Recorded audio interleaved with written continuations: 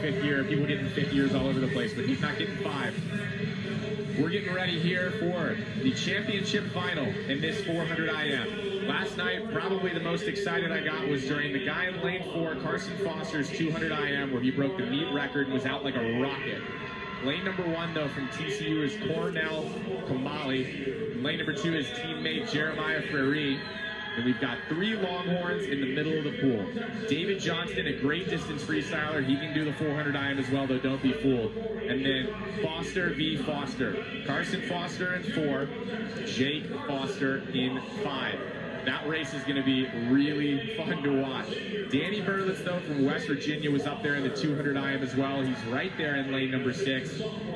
We have 4 TCU Horned Frogs in this race.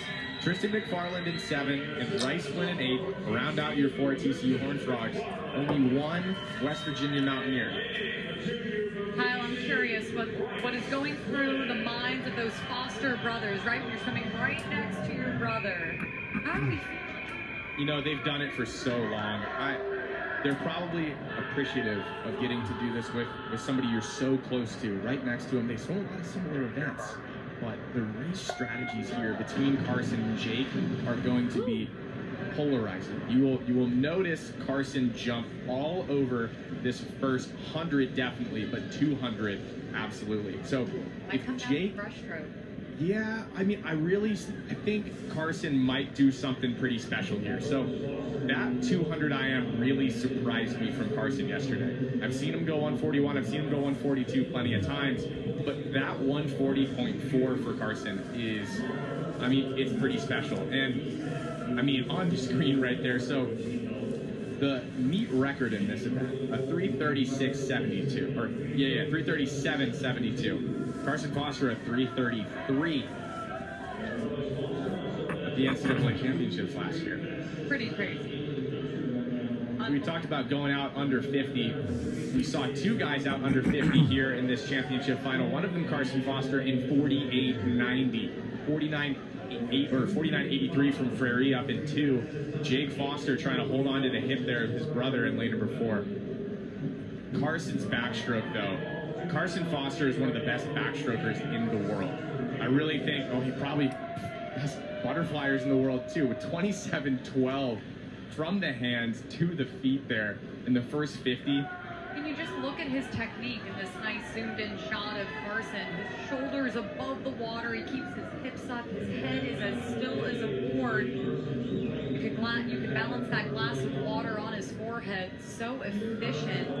And look at how much he's pulled away as you zoom out of that shot, right? He rides so high on the water. So 26.53 there for Carson, a 142.55 at the 200. Jake Foster is likely going to move into second here, but I don't think he's going to really make too much of an impact on Carson based on what we saw in the 200 IM last night. Now, the race between David Johnston and Jake Foster is going to be really fun to watch unfold because David Johnston is a great freestyler.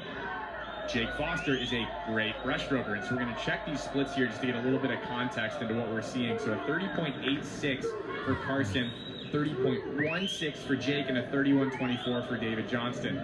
Jake needs to really push the pace here on this last 50 of breaststroke to give himself a lead going into that last 100. But that 30-point breaststroke split there for Carson is great. I mean, we're going to look at this 300 split. But when he was 333.79 last year at NCAA's, he was at 242.63 at the 300. Carson Foster very well could be about to blow this Big 12 meet record out of the water. He's at 244.65, so he's not going to go a best time. But that meet record of 337.72, which he owns, is likely going down right here. So Carson, a great freestyler. Jake right now is trying to hold on for dear life because David Johnston is moving.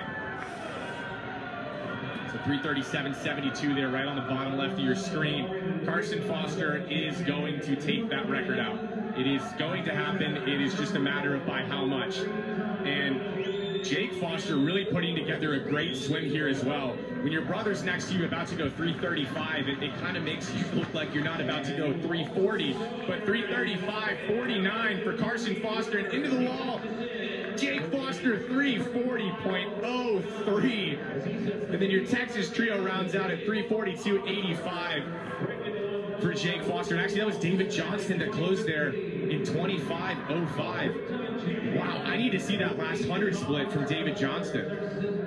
So 1, 2, 3 for Texas and a new Big 12 meet record for Carson Foster. What a swim. Yeah, I apologize there. I got lost in that Texas trio, but 335.49 for Carson Foster. That's the most casual swimmer after going 335.49 you'll ever see in the NCAA, outside of maybe one Leon Marchand, who is probably watching that 335 come up on Meet Mobile and saying, all right, Carson, let's do this again in a couple weeks.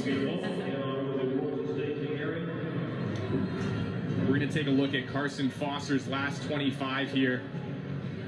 He goes to work underwater, holds that line so well off the wall, and just such a powerful stroke from Carson. All of his strokes are just so powerful. He's a power-driven swimmer. But when you go 335, you have power and efficiency. But Carson, I mean, 24.73 closing on that last 50. Insane. Faster than he closed when he went 333.79. Wow. 335.49 at a conference meet is something else. Pretty insane. And you're talking about the different strokes. He's got that gallop stroke, right? We saw that in that nice close-up shot.